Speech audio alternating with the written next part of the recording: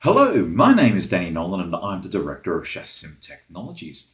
And welcome to this latest ChassisSim video tutorial. And today, ladies and gentlemen, what we're going to be discussing is something that I probably really should be apologizing for because this has been incredibly long overdue. So one of the features of ChassisSim is, particularly when you're creating altitude and road camber files, is the ability to use GPS altitude and AZ to generate this. Now, over the years, I've thrown it in and I've kind of mentioned it in passing in the boot camps and in various customer support, but I think the time has come for me to actually do a proper tutorial on this because there are a few traps for young players who can get caught. So let's get started. Okay, so one of the great things about ChassisSim is its ability to generate road camber and altitude files from data. And mostly you're using GPS altitude and you're using the vertical G signal from a monster file that has vertical G in it. Now, when this works, it's absolutely fantastic. Like, as a case in point, I have used this on, and I've had customers who've used this on multiple occasions on ovals, etc., and the results have been absolutely spot on. In particular, at places like Daytona, where you have local variations in the banking, it actually works really, really well. That being said, there are a few pitfalls that you can fall down with, and what we're going to be talking about is what to look for and how to work around this. So without further ado, let's get started. So how do you do this? So what you'll be doing is you'll be going into circuit, edit altitude road camber circuit file, and it brings up this dialog. Now, what you do is that you import the curvature file. I've already entered a curvature file, in this case for Brands Hatch. Now, what you've got to do, the process for this, is that you click on import circuit altitude for road camber, and you import a text file of distance in the first column and GPS altitude in second column. Now, what you then do is that you then import your monster file with AZ in it. Now, a couple of things about that, a couple of prelims about that. Number one, if the vertical G sensor is zeroed in the air, you click on this dialog here that says, click here if the vertical acceleration is zeroed in the air. The other thing too, like particularly for those of you who are running in Europe, particularly if you're running, and this typically affects Morelli systems, what you'll often have is a Y to the right, being positive. So if you've got that, just click on that. Now, for most data systems, AY is positive to the left, so you're going to be leaving this particular checkbox unchecked. So, and I really more wanted to say that for completeness. That being said, there are a few things you've got to be aware of. Okay, first things first, the GPS altitude file. Now, as I alluded to earlier, the format is, the first column is distance in meters, and the second column is the GPS altitude in meters. Now, a little bit of prelim about using GPS and data acquisition, and this doesn't go for altitude as well.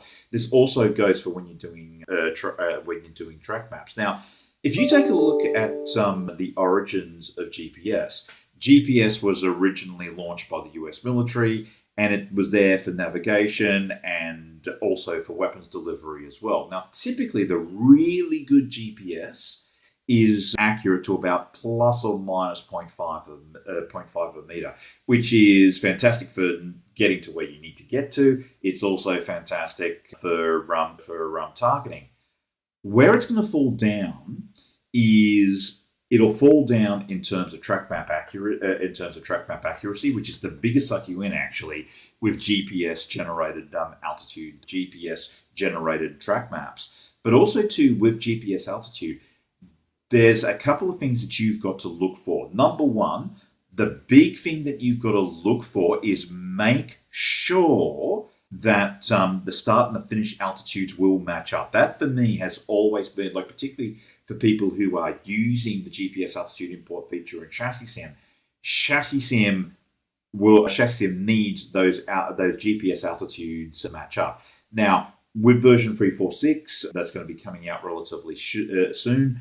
We've handled that, but for the time being, if you're using version 3.4.5 or below, you've got to take into account that the end GPS altitude has to be the same as the start GPS altitude. The other trap that I see that people using this feature is that, and particularly you see this in sort of the lower spec data systems, when you export out GPS altitude, you will see it exported to 0 decimal places. You do not want that to happen because ChassisSim needs to look at the differences in that to actually determine what the road pitch angle is. So I would strongly recommend exporting that out to 2 decimal places. Now, again, with version 346 and above, ChassisSim will automatically handle that for you, but for the time being, that's something that you need to be aware of. Also to filter the signal, because sometimes what you'll often get with GPS is that you will get signal dropouts. As a case in point, I was working with a customer a couple of years ago on the Nordschleifer. And one of the things about the Nordschleifer is because the Nordschleifer is so big, and because you get so many GPS signal dropouts, that sometimes the GPS altitude plot can be really, really messy. So you've got to watch that, and you've got to watch that really, really closely. Now, again, as I said, for version 346 that I will talk about at the end of this presentation, we take a lot of that handling in-house for you. But for the time being, it's still good to have a really good handle on this stuff. Okay, using AZ in the monster file. Now, where AZ falls into the pecking order here is that AZ allows you, once you've imported the GPS altitude file, that determines the road camber going, the road camber going up and down. Let me just get the training aids. So what this does is that the GPS altitude, it will develop the car pitch angle. We're using the AZ for the road banking angle. So a quick refresher on the format. So column 11, as you can see in this little snippet here, is vehicle speed in kilometers per hour. So columns 12 to 15, as you can see here, here, and here, are your strains. Now, the 16th column is pitot speed in kilometers per hour. Now, if you don't have pitot speed, simply copy across vehicle speed and put it into there. And lastly, your vertical G goes in here, and that's measured in G. Now, what to look for the vertical G, because this is actually going to the success of what you'll do in terms of working out road camber in terms of vertical G will very much be determined by the quality of your vertical G sensor. So if we take a look at what AZ looks like on a bumpy flat track, it pretty much will look something like this trace right here. So you can see it's bouncing around. But if we were to filter that signal, it would effectively be a flat line at 0. Here is what AZ will look like on an oval. So it's bouncing around, it goes up, and you can see it's pulling a certain vertical G reading, and that will vary from oval to oval. So that will vary from oval to oval. It'll typically bounce around between 0.5 to 1.5 G, depending on the banking. Now, a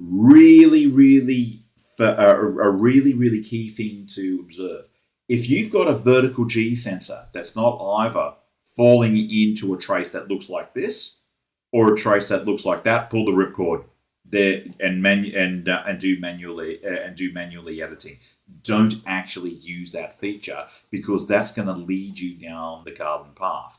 Now, the telltale sign is if you heavily filtered the signal and you get something that looks like a sinusoid that's varying, say, plus or minus 0.5 of a G. If you're looking at that, put that feature away. The other thing too is if you are getting started for the first time, pre-filter the signal at 10 hertz, because really what we're after is that, like the high frequency stuff, when we're going about 20 hertz and above, that's capturing the bumps on the circuit using our training aid. What we want to be able to pick up is this. And this typically will happen at about 10 hertz or below. There are a few exceptions that prove that rule, but that's pretty much, particularly if you're a beginner, that's pretty much what I would recommend. Now, GPS altitude handling version 3.46 and above. So a couple of things. This is probably more of an idiosyncrasy with the ChassisSim Altitude road camber editing feature. So what you need to do here, and this is sort of like a carry-on of the fact that this has now been adapted for rally. So what you've got to do here is you see a little box here called click here to edit base altitude and base altitude and GPS altitude frequency. So you click on that, and here you edit the frequency. It is critical because now for version 346 and above, we actually now pre-filter that GPS altitude for you. So what you need to do is enter your frequency here in hertz. Now, one of the things I said in my earlier documentation about this feature is to typically keep the export for GPS altitude at about 10 hertz. Now, one of the great things about when we did those rally mods, would have been back in 2015 or so, is that we expanded how many points that you could actually throw into the GPS altitude feature. So you can now go up to 50 hertz if you need to, but make sure that you reflect that frequency right here. So to sum up, okay, the ability to create altitude road camber file from data is a very powerful tool. And indeed, this has pretty much made the old generate altitude road camber from a monster file feature pretty much redundant, because it was a much more precise way of doing that. That being said, as we discussed in the video, there are things to watch for, and you've got to be really, really mindful of what they are, both in GPS altitude and AZ. That being said, once you recognize where those pitfalls are and know how to work around them, you've got a very powerful tool in your hands. So that will do it for this tutorial, and we will catch you in the next ChassisSim v3 tutorial or the next edition of Dan's Vehicle Dynamics Corner.